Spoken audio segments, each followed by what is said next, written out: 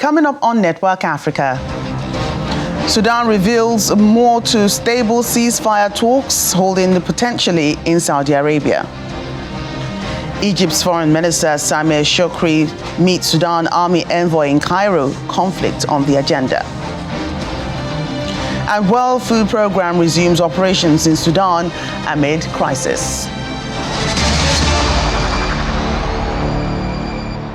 Hello and welcome to the programme. I'm Joke Rogers. Here in Lagos, we begin with positive news in Sudan, where warring rivals have agreed to send representatives for negotiations, potentially in Saudi Arabia. And that's according to the United Nations Special Representative in the country, Volker Perthes. Mr. Perthes says talks would initially focus on establishing a stable and reliable ceasefire monitored by national and international observers. He adds that the two sides had already named their representatives for preliminary discussions, but cautions that logistics for talks were still being worked out. No definite information is available on when and where the negotiations will take place. The UN officials said both sides would have to agree on the venue. The two sides announced late on Sunday they would abide by a 72-hour extension of their nominal ceasefire of the past week, but explosions and sounds of gunfire were reported in parts of Khartoum and its neighboring city, Omdurman, on Monday. Egypt's Foreign Minister Sameh Shoukry has met with an envoy from Sudan's Army Chief Abdel Fattah al-Burhan in Cairo as fighting between the Sudanese army and the paramilitary Rapid Support Forces continues for a third week. The fighting that erupted on April 15th has brought airstrikes and artillery battles to Khartoum and its adjoining cities of Omdurman and Bari, emptying the streets of civilian life. Egypt says 40,000 Sudanese have crossed its border. The United Nations refugee official adds that more than 100,000 refugees have now crossed from Sudan to neighboring countries to escape the conflict that erupted last month. And two planes carrying evacuees from Sudan touched down at the South Africa's Oliver Tambo International Airport in Johannesburg over the past weekend. The airport saw crowds of family members waiting for the evacuees and gave emotional hugs to show how relieved and happy they were about the safe return of their beloved ones. Minister of International Relations Naledi Pandor welcomed the second batch of 51 returnees at the airport on Sunday, saying she prayed for the conflict in Sudan to end at an early date. A returnee recounted his terrible experience in Sudan after fierce armed clashes erupted in April. The deadly clashes between the Sudanese army and the paramilitary Rapid Support Forces has killed at least 528 people and wounded over 4,000 others. And all we wish to say is that we pray that that conflict will end. I'm happy and I'm thanking South Africa, the government, the media, everyone that assisted us for them to come back home healthy and fit. We are really happy that you are back home. We feel for the people of Sudan who are experiencing a terrible conflict, and we pray that that conflict will end. But we are happy that you are back home. There are 51 of you who have come back, who are here today, and we had more who arrived yesterday on a commercial airline. We're home, we're safe. Families are all excited to have us home. We need a few days to recover from this. I had bombs going off over my head. The area I was in, Khartoum 2, was the worst hit. That was like close to the presidential palace, and it was terrible. I mean, we had sleepless nights. Until such time last Sunday, we had to make a break and try and get all the South Africans together, coordinate this thing, and get out of it. But it seems like I just came out of a movie. That's what it seems like. It was just horrendous. The bus trip to the border was treacherous. We drove to the Sahara Desert. That was just no food. Meanwhile, Russia has evacuated more than 200 people from Sudan. Its defense ministry says that among those evacuated are citizens of Russia and its neighbors. The ministry reported on the Telegram messaging app, quote, 4 Il-76 aircraft of the Russian aerospace forces are bringing more than 200 people from the Republic of Sudan to the Russian Federation. More evacuation news. Dozens of British and American nationals waited yesterday in Port Sudan for the evacuation as the fighting continued in the Sudanese capital, Khartoum. British nationals were waiting at a hotel in Port Sudan for a military British ship bound for Saudi Arabia. Meanwhile, American nationals had also been waiting for some days. Hundreds of people have been killed and thousands wounded over weeks of battles since disputes between the Sudanese army and the paramilitary rapid support forces erupted into conflict. There's no information. The people around here are stuck. We are crowded. We have to buy food. We have to buy water ourselves. So like 5 hours, there's no clear information. Nothing. They just tell you, just wait and be patient.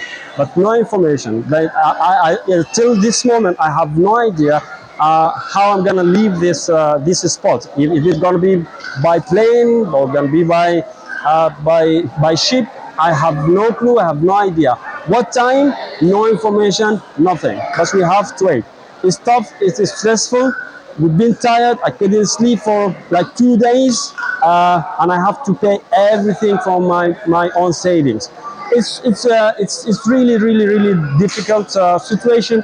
But we're trying to hold on and to be strong. And the World Food Programme has resumed its operations in Sudan as the fighting in the country threatens millions with hunger. In a statement on Monday, the UN agency said distribution of food is expected to commence in the states of Gadaref, Gezira, Kassala and White Nile in the coming days. The WFP suspended operations when 3 of its staff members were killed on the first day of the conflict between Sudan's army and a paramilitary group. The WFP statement adds, in part, will take utmost care to ensure the safety of all our staff and partners as we rush to meet the growing needs of the most vulnerable. The agency notes that over 15 million people were already facing severe food insecurity in Sudan before the outbreak of the conflict, and these numbers are expected to increase significantly as the fighting continues.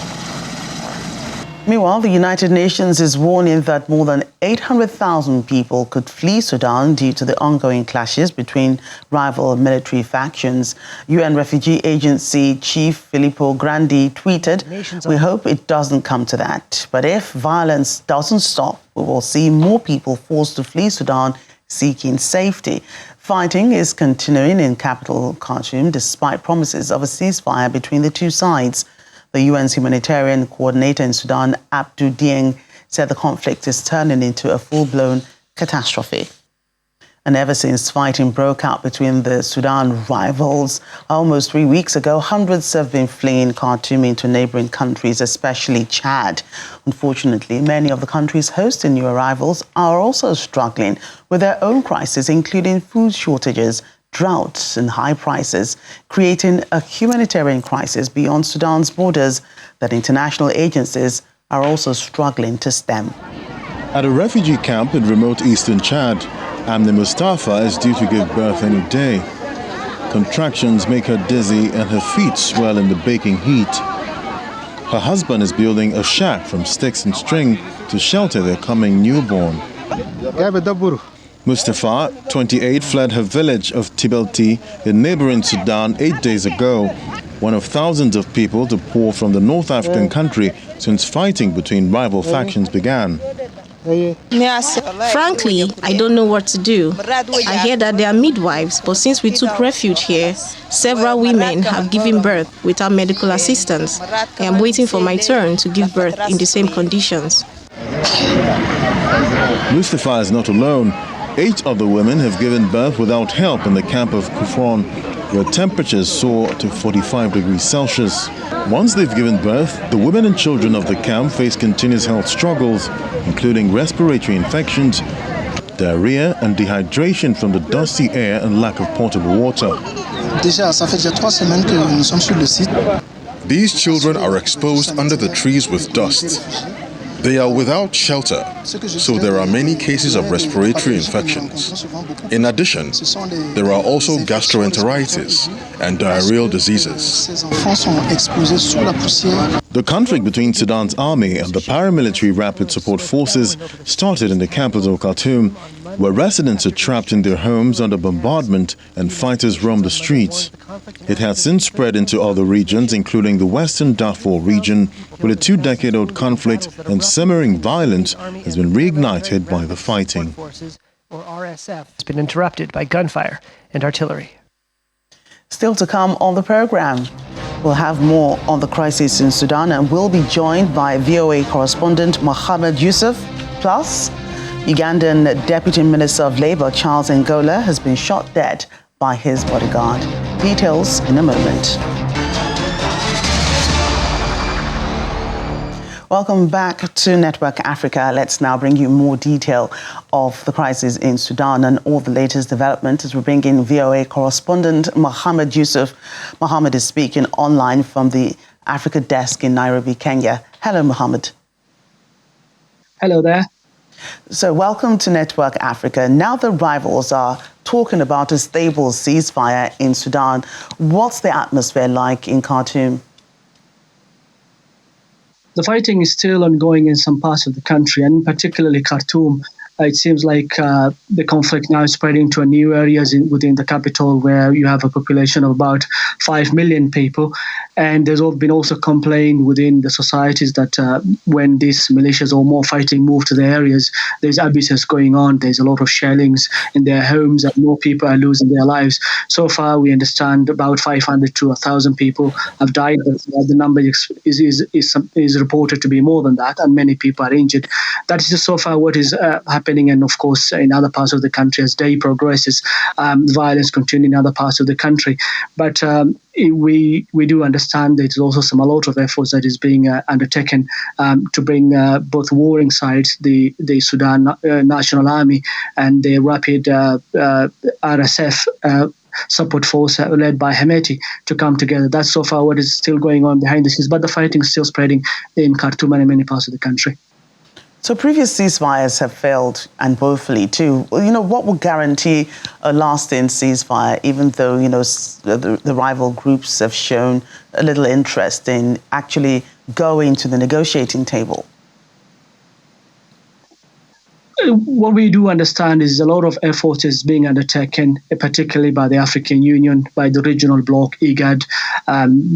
They have given that task to the South Sudan President Salva Kiir and also Kenyan President William Ruto to undertake that process. Of course, there's a lot of efforts going on also within the Arab League. Sudan is part of the Arab League, and there's a lot of those efforts that is still ongoing, that is taking place. But what can that be achieved? One thing has to be clear. The only way this can be achieved, it has to be a lot of push has to come, and a lot of efforts has to be made to make sure these parties come together and agree on how to silence the gun and come on the table and agree on how to bring the country back together again. But that has to come from a lot of quarters, of course, from Western countries and in particular America. But what we have also observed in many African conflicts, and Sudan is not different, we have seen instances where warring parties are reluctant to come to the table because they think that maybe they can win the war. And this is something you expect now. Both parties are trying to push and see how far they can go with it. Now it's more than 2 weeks, and that is what is happening. The fighting is still ongoing, and seems like no one is winning that war. But if there's a feeling within the coming days or weeks that one side is winning or one side is losing, we may have a possibility of people coming to the table. I think those two elements are the only ways we see that these two parties can come on the table. But for now, that is not what is happening. We expect maybe in the coming days, by the end of the week, to have a ceasefire. But many have been broken. We will see if this one is going to hold or is going even to take place. Right. So you mentioned, quite a larger community of countries that would like to see this come to an end. You mentioned the United States of America. I know there are talks of possible negotiation taking place in Saudi Arabia. But what about individual, African countries? The Sudanese Army's chief, the chief's envoy has traveled to Egypt for a meeting. What could this possibly be about? And could Egypt be, trying to help out in this situation? Yeah, of course, such kind of a travel, it is, of course, trying to brief Egypt. That is where you have, for example, the headquarters of Arab League, and as a neighboring country where, of course, we'll be expecting many people to flee if fighting continue. Of course, some are crossing over, and if this fighting continues, of course, they'll be crossing over. And as the headquarters of also Arab League, where the Secretary General is, you expect he is trying to brief, of course, the other side what's going on, and also get a brief of the general situation. And also here you expect as a government from Burhan, of course, on his side, trying to push to get more support, trying to have a diplomatic leeway in what is happening and what is going on. And that is what is generally happening. But from a statement released by the Ministry of Foreign Affairs, it is, of course, is saying this is an internal matter and they're going to be treating it as an internal matter. And they want the regional and international community and foreign governments and countries to respect Sudan's sovereignty. That is something that we will say if it's, of course, there's a lot of talks on several countries supporting different factions. But Egypt seems to be coming out and saying we need to come together and try to not take sides. If we're going to take sides, of course, there's going to be more bloodshed, there's going to be more crisis, and situation is going to be that bad. And finally, when he comes back, of course, he's going to bring back what he's had, to brief and what is expected of him as a leader in the country, and what is expected generally from him as Burhan on what steps he can take now to cool the situation and at least to try to bring some peaceful resolution to what is going on in Sudan. Right. So, Mohammed, in covering these stories and, the situation in Sudan, you must have seen a lot. And, of course, looking at those visuals, pictures of the refugees, the mental picture of people scrambling across the Sudanese border to safety, but some of these people are pregnant, some are sick, some are very young. People have been without food and without water, and of course without shelter. The UN is painting a grim picture of, a humanitarian crisis, even for countries that people are fleeing to. So how big of a catastrophe is this? Surprisingly, the situation is not that good in the country. But so far, about 100,000, that's the figure that is being given at the moment by the United Nations and other aid agencies, that about 100,000 Sudanese have fled the country. And if the situation does not normalize in the coming days, they expect the number to go about 800,000. That's the figure that is being projected. But the biggest problem is, as fighting spreads, of course, is going to create more problems. I think people who can flee will try to flee the country, and we understand transport is getting expensive. We're seeing also several African countries trying to scramble and try to get its citizens out.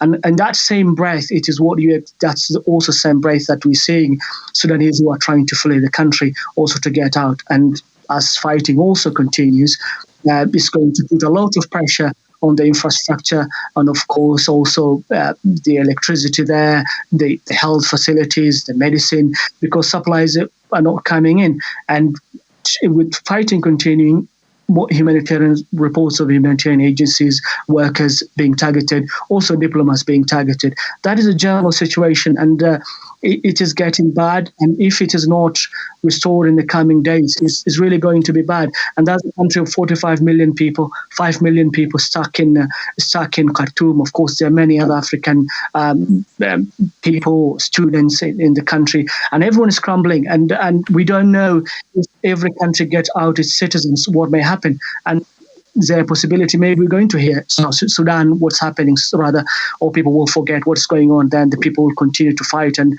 more people lose their lives. But so far, situation is not really getting better, it's getting bad.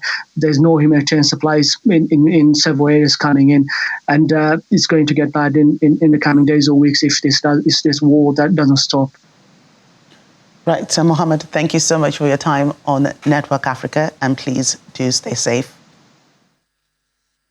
Let's move on. Over the weekend, U.S. government-facilitated convoys successfully enabled groups of U.S. citizens, their family members, and nationals from partner countries to arrive safely in Port Sudan. The State Department Deputy Spokesperson Vedant Patel says the convoys have assisted over 700 people.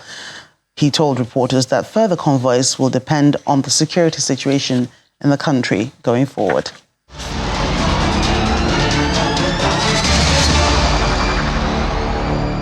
Away from the crisis in Sudan, a Ugandan National Army soldier has shot and killed a government minister whom he was guarding. Retired Colonel Charles Ngola, the Deputy Minister for Labour, was shot at his home in the capital, Kampala. Some eyewitnesses say the soldier walked around the neighbourhood shooting in the air. The soldier, who is yet to be officially identified, then shot himself dead minutes later. Reports say a number of people were injured in the incident, and locals gathering at the scene are still in shock. The leader of a Kenyan call group and 6 others have been rearrested minutes after a court in Malindi released them. Magistrate Ivy Vasike freed Paul Tenge Mackenzie and his suspected accomplices after an application by the prosecution to close his file. State prosecutor Vivian Kambaga said she wanted them to be tried in another court on charges that will include terrorism. They've been driven to neighboring Mombasa County, which is further south along the coast. They were initially charged with murder, radicalization, and threatening public safety after more than 100 followers of the cult group were found in mass graves last month. Mr. Mackenzie, the leader of the group, was accused of encouraging them to starve themselves to death. He denies any wrongdoing. A post-mortem report showed that some of the victims were also killed through suffocation and strangulation. Police officers have been deployed on the streets in Kenya's capital, Nairobi, ahead of a planned protest by the opposition. Opposition leader Raila Odinga has vowed to resume protest amid warnings by the authorities that they will not allow it. In the interest of national security and citing violence during past demonstrations. But Mr. Odinga is adamant that protests would start at 6 a.m. local time today, insisting that they would be peaceful and in compliance with the country's constitution. He adds that the police could not decide in advance that there would be violence and use it as a basis for banning protests that were protected by the constitution. Kenyan law provides for protests and does not require police approval before it's carried out. Under the South African Constitution, access to clean drinking water, sanitation and electricity are considered basic human rights and core services that local authorities must provide to all residents, even squatters. That's not Tulani Seller's reality in Africa's wealthiest city. His daily routine includes filling a bucket with water from the only tap in his building so he can drink and wash. Here's the report. 40-year-old Tulani Sele, a former retail worker, and about 300 fellow residents of the dilapidated residential block in Johannesburg's Hillbrow neighborhood have to repeat this ritual every morning before they can have a glass of water or brush their teeth. We are living in a very terrible situation, and we are appealing whoever might help that we need maybe toilets. Obviously, water is life. Yeah, we need water. There is no electricity in the building, and children play in the dark in ramshackle rooms with plywood and zinc partitions for walls, which offer no sound isolation or security. The ownership of the building is unclear. Residents have not paid rent for years, and municipal authorities have long since stopped providing any services. The city doesn't show any sympathy when it comes to a poor person.